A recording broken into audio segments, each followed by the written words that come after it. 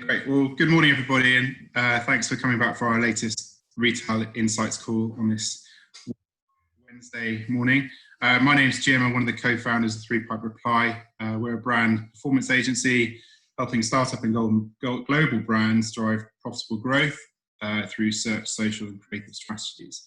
Hot on the heels of Super Saturday, and by popular demand, we're welcoming back our first returning guest speaker, Marketing and Insights Director at Springboard, Diane Wehrle. Diane specialises in delivering intelligence and insights on both current retail performance and long-term retail trends to retailers, hospitality occupiers, landlords and investors. You may well have seen her thanks to her multiple appearances on Sky and BBC News over the last few weeks. I'm glad she found time to join us this morning. Diane has the very latest retail footfall figures to share today, from the further reopening of pubs, restaurants and shops over the last few days. If you have questions during the presentation, please feel free to use the Zoom chat bar and I'll collate them and pitch them at the end, Diane. Or indeed, if you just want to jump in through the call, then feel free to do that. So do so as well. Diane, I'll hand over to you, then we'll catch up for questions afterwards. Thanks, Jim. I'll share my screen if that's okay.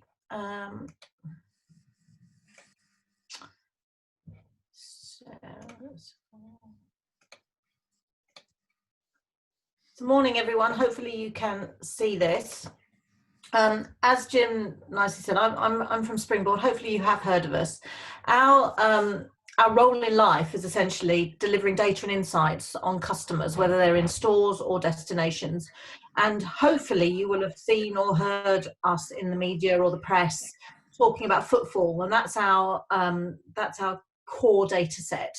We collect footfall across the entire bricks and mortar landscape in the UK, from Scotland down to the south coast, east and west, and covering all nations. And we've been doing it for a long time. We were incorporated in 2002, and we've been publishing our data since 2009. So we've got a long timeline to look at, and the data is collected through a network of automated counters that are continuously counting footfall all the time.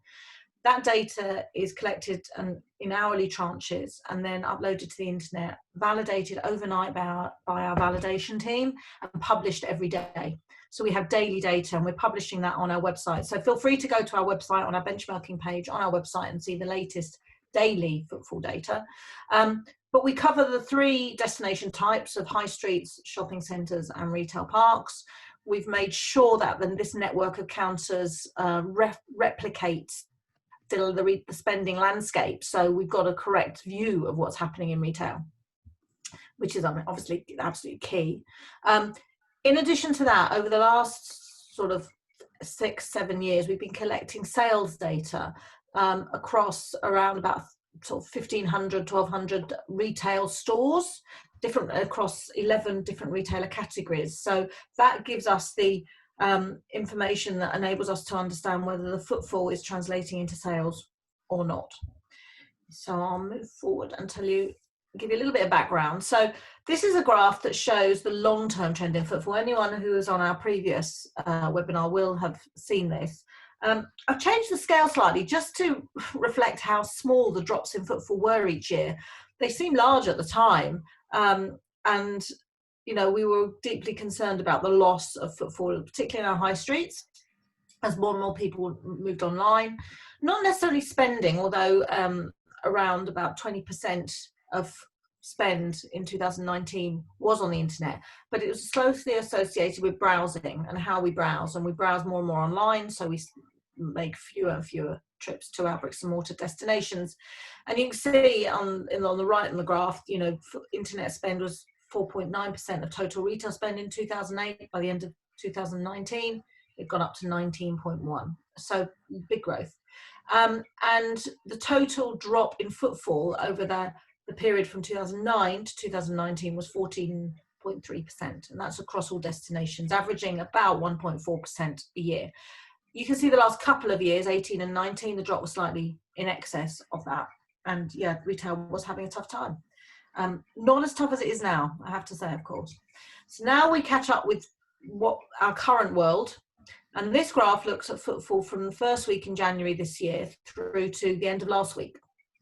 And you can see between weeks 1 and week 12, when we went into lockdown, week 11, footfall was not great, but it was bumbling along. We had a bit of a tough time in February, but then when we look at March, it just plummeted as we went into lockdown. At our lowest point, we were 80% down. Our last webinar was when we were 78.5% down. We're now at 48.5% down on last year. I've highlighted the week that retail reopened in England and Northern Ireland, which was week 25, and you can see there was an uplift in footfall, and that has mitigated the year-on-year decline, but you know, we're still half of what we were last year, so it's a big mountain to climb still. Here we're looking at essentially the first week of trading, and this is quite important because obviously it gave us an idea of what might happen longer term.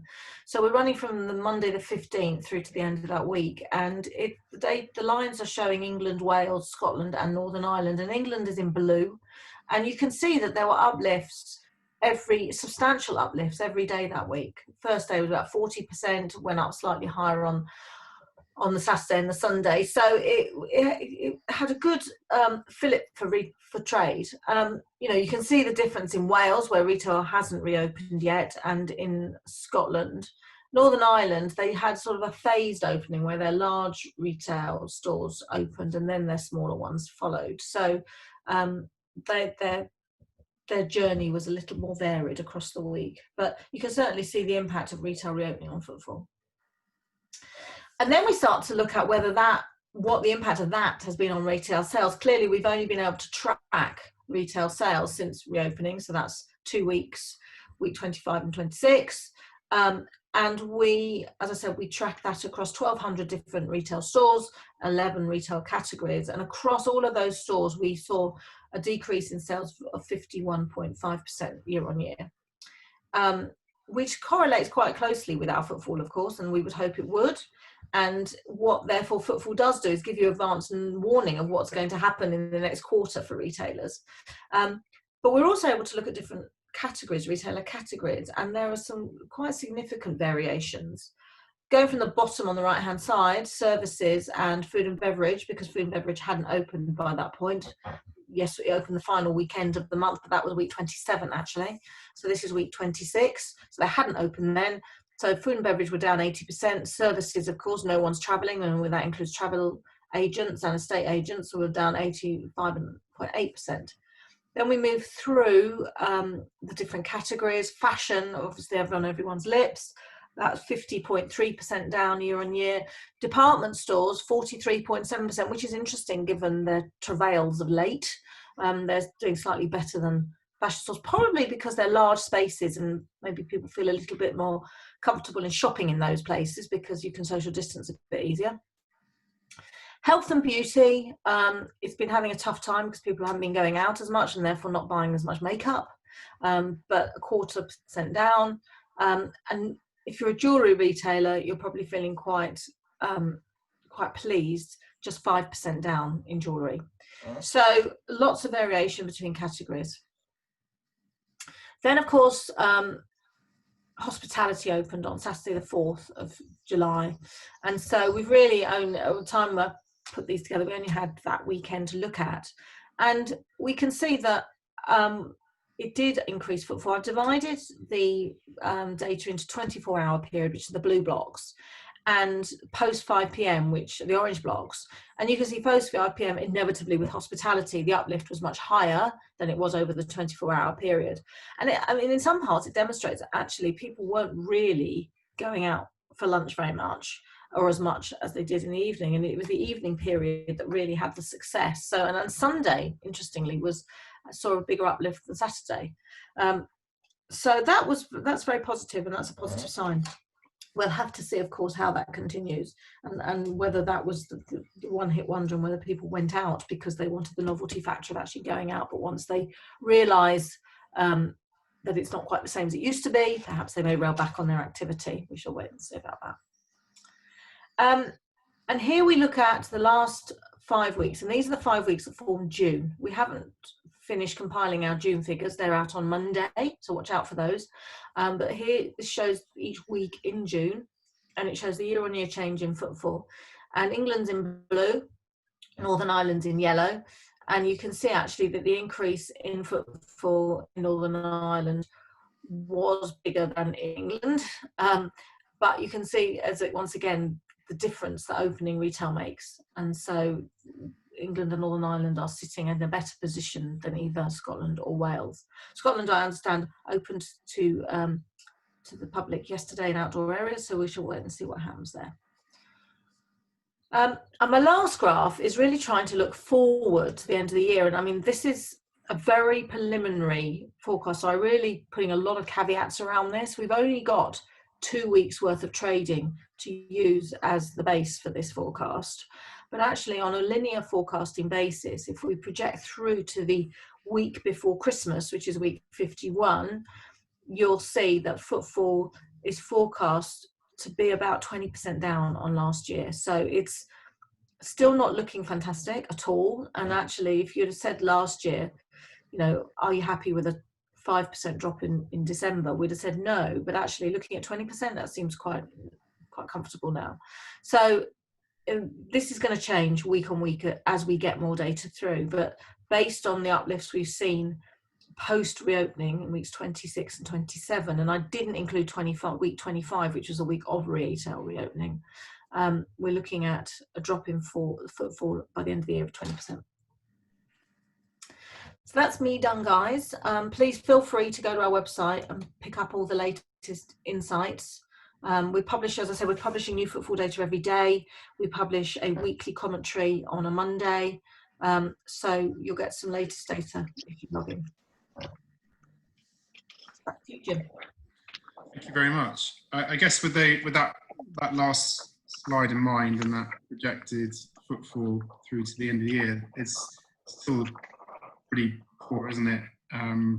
It's not going to be enough for most retailers out there. They can't suffer that kind of lack of footfall. No, I mean, we are at a pinch point for a lot of retailers. I mean, the problem we have, of course, is that, you know, even if we open hospitality and that functions well, the problem we've got is that the most local economies function on a range of uses. So we've got residential, of course, we've got shoppers, but we've also got workers, and we've got students, and we've got tourists. And if we're not getting any of those, and students are studying remotely, then and workers are not going back to offices and they're still working from home, that has a massive impact on footfall. So that really has to change if bricks and mortar retail is going to get back to the levels of footfall it needs. Yeah, I know. I saw there's a lot of concern, obviously, about, you know, city centres being quite sort of ghost town-like, really, as, you know, office workers are just not back in their offices, and that, you know, or you can see the impact that's having on people like Pratt or and people like that. So I think that is that what's going to make the biggest difference, really, is when office workers feel that they are able to go back to work safely. Yes, for most places. Students as well. For a lot of economies, they're very student-based. So if universities are saying they're not accepting students back into live lectures and back into halls, then that will make a big difference. I mean, you know, York and, you know, a lot of the university towns, their economy hinges on student population. So if they're not there, then they lose a lot of money. But in, you know, cities like Nottingham, huge service sector, massive employment base. Because it's a service sector, a lot of the people can work remotely, and so they will, and so they desperately need these people back into the city centre to fuel spending and retail spending. I had a question. So it's linked to, obviously, I think you hinted at it before, obviously the more footfall, generally the better performance of any sort of retailer or food and beverage operator. But one of the anecdotal things that I've had from some of my clients is in areas where they've opened up, particularly if they're comparison goods retailers, they're seeing an increase in conversion. So it's not up to the sales of previous levels, but is there anything in your data that's seeing that obviously when it is lower footfall, but the people who are going out are much more purposeful about, well, I'm out, I'm risking catching the virus potentially, and I may as well just buy while I'm out. Have you seen anything in that respect? We have actually, and some of the data we have is from the States actually, and we will work with a fashion retailer out there who has about 600 stores, and they're seeing their conversion rate increase enormously and their ATV increase enormously, so it's not necessarily only their conversion rate, but people are just buying more when they get in store. It's tripled. Yeah, I'd imagine returns will be up as well though, won't they? But, well, yes. You can't try it on, so.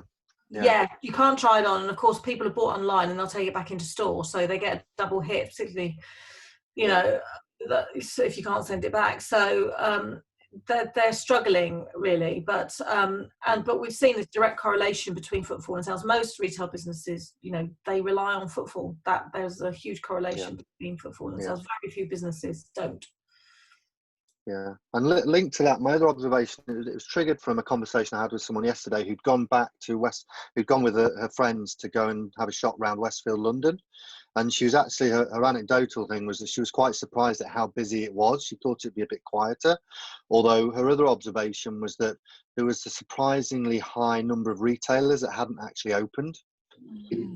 So I don't know whether there's any observations on that in terms of, and that's one of the challenges. If you go there with the specific purpose of visiting certain retailers and they're not actually open, is that going to detract you from coming back? And obviously different retailers have different opening strategies in different locations as well. So I was just wondering whether you had any observations around that in terms of tracking the rate at which some of these brands, particularly in the major shopping destinations, are opening back up.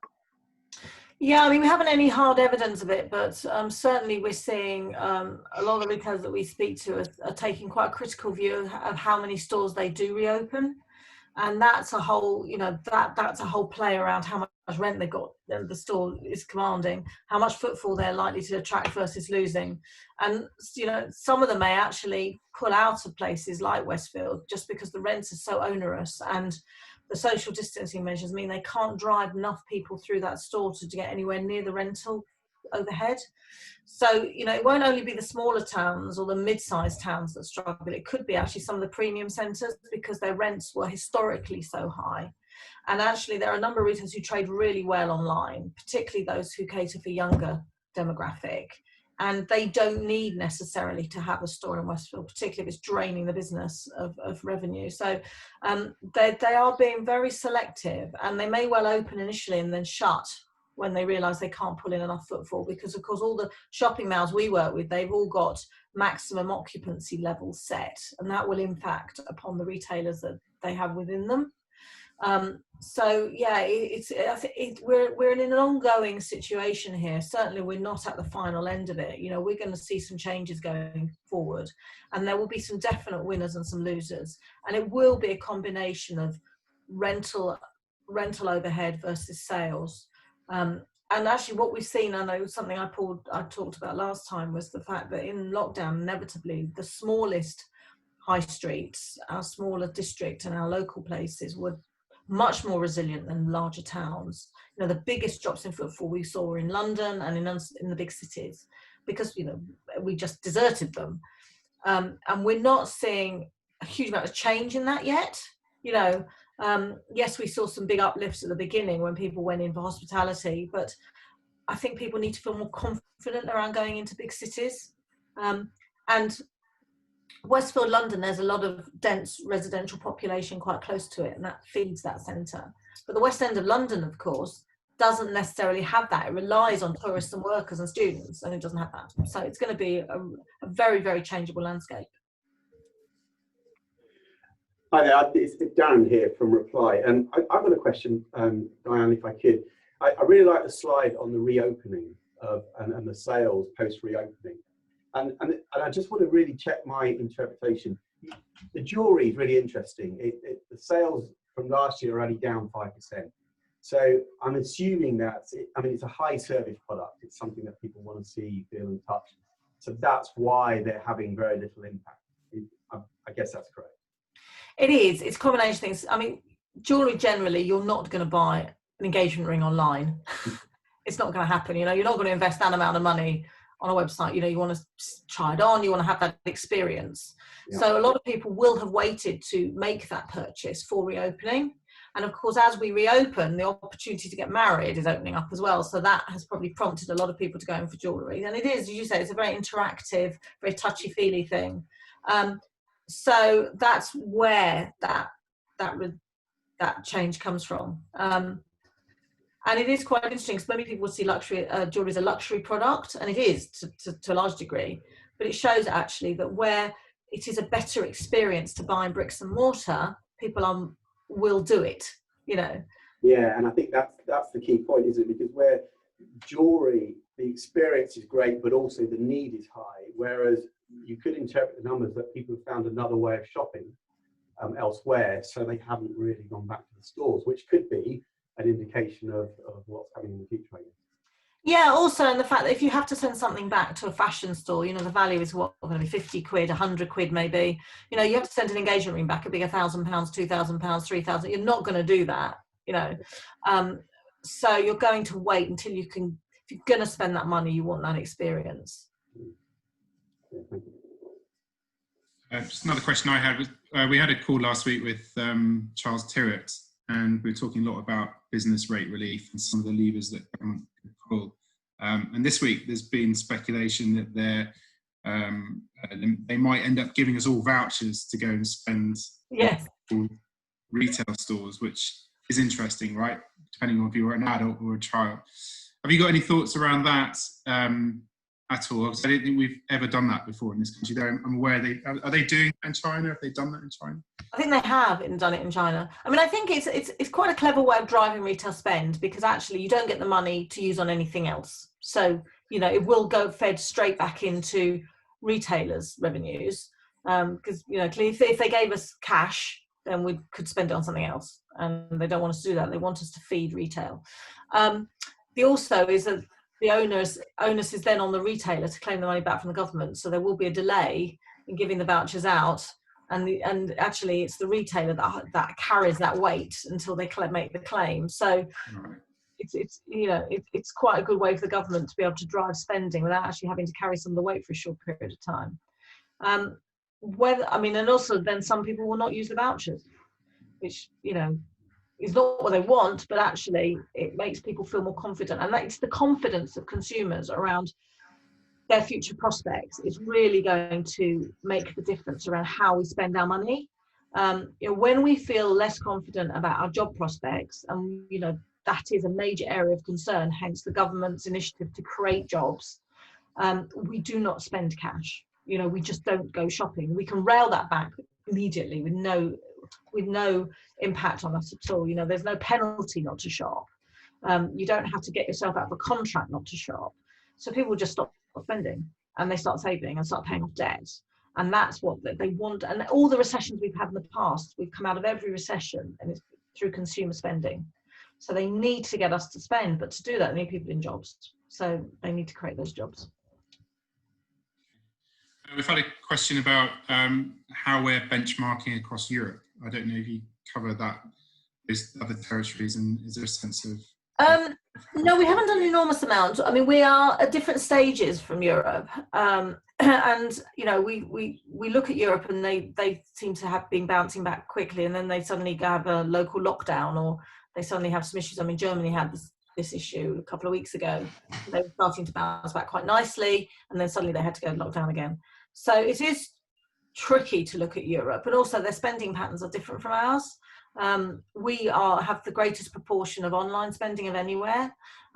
So, you know, it's not surprising that our online spending is now over 30%, because we are more used to it. We're more adept to it.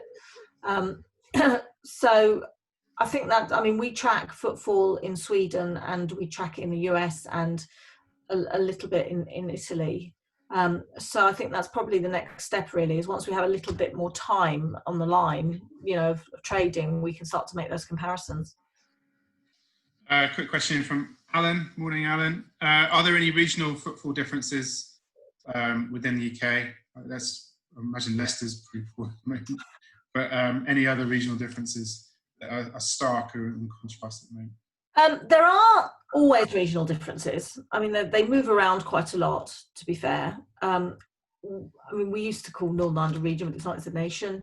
The greatest volatility we see in footfall is in Northern Ireland, because it is very polarised between Belfast being the core, the major hub, and all the other centres being very small. So where we see an impact on Belfast in Northern Ireland, the whole of the nation gets impacted. And other regions, I mean, Greater London, we've seen an impact, and that covers both central London and outer London, but then we segment London as well, with the greatest impact being felt in central London and the West End.